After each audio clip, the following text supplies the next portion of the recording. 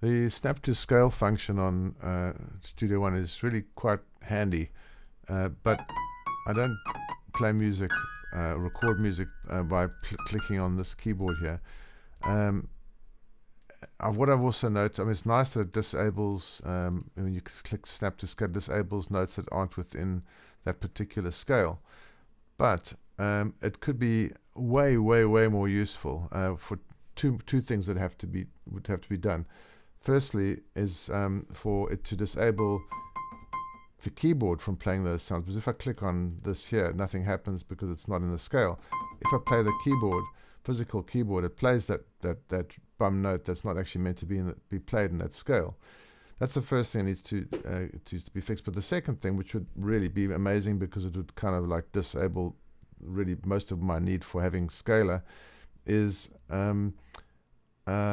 being able to assign this wrong note to one other than nearest higher note or lower note that's within that scale, as scalar does. So you can actually jam within a particular scale, and it's going to just keep within that.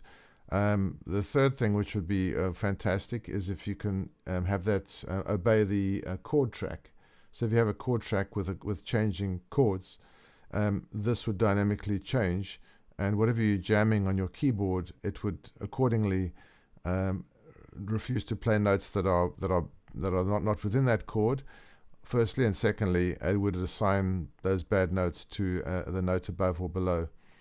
That would be fantastic.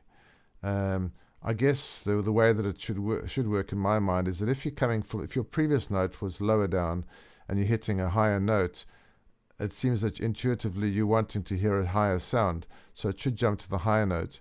If you're playing, doing an arpeggio coming down and getting lower, and you hit a wrong note, then it must hit the next lowest note, because that's obviously the direction you were going in.